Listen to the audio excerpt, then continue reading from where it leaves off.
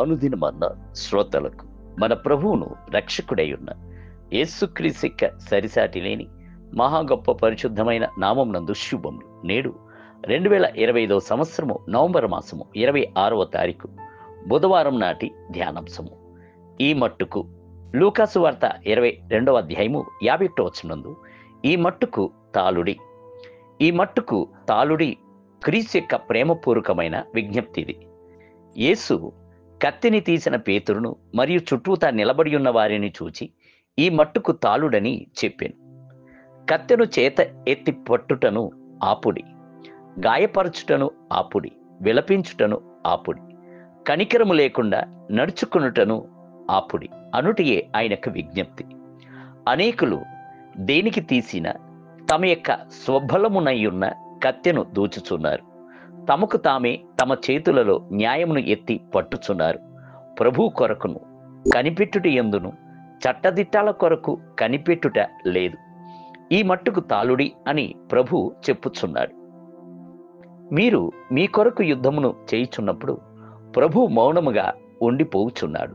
అయితే ప్రభు హస్తములలో మీ యొక్క బాధ్యతలను అప్పగించుచున్నప్పుడు, మీ యొక్క యుద్ధములను చేయుటకు అర్పించుకున్నప్పుడు ఆయన బహు చక్కగా గొప్ప ఔన్నత్యమైన రీతిలో యుద్ధమును చేసి మీకు జయమును అనుగ్రహించును. మోషే చెప్పెను, యెహోవా మీ పక్షమున యుద్ధము చేయును, మీరు ఊరికయే ఉండవలెను. నిర్గమకాండము 14వ అధ్యాయము 14వ వచనం.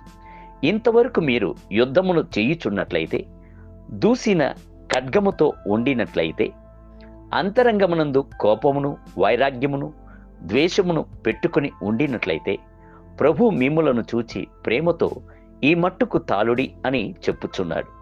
ఆనాడు బహుశా బిలాము యొక్క చేతులలో ఖడ్గము లేదు. అతని యొక్క ఉద్గండ కోపం అంతటిని గాడిదపై చూపించెను. గాడిద ఎందుకని తనకు లోబట్టలేదు అను సంగతిని గూర్చి అతడు అర్థము చేసుకోలేకపోయాను. అతడు వెళ్ళు త్రోవ నుండి తొలగి పొలంలోనికి నడిచిన గాడిదను కూడాను పలుమార్లు కొట్టెను.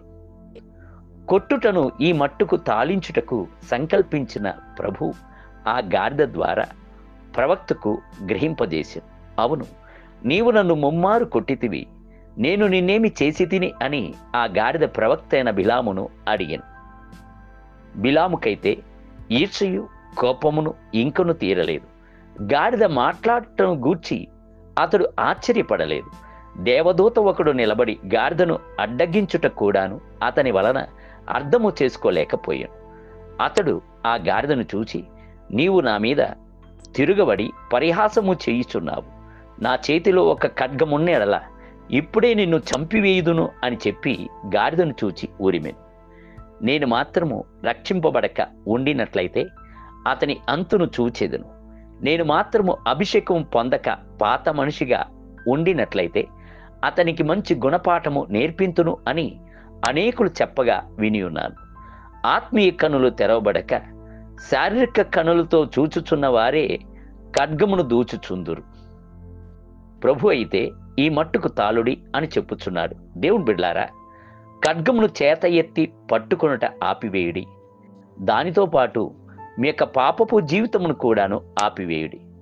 నేటి ధ్యానమునకై నా ప్రాణము దేవుని నమ్ముకుని మౌనముగా ఉన్నది. ఆయన వలన నాకు రక్షణ కలుగును. ఆయనే నా ఆశ్రయ దుర్గము, ఆయనే నా రక్షణకర్త, ఎత్తైన నా కోట ఆయనే. 62 కీర్తన 1 మరియు 2 వచనములు.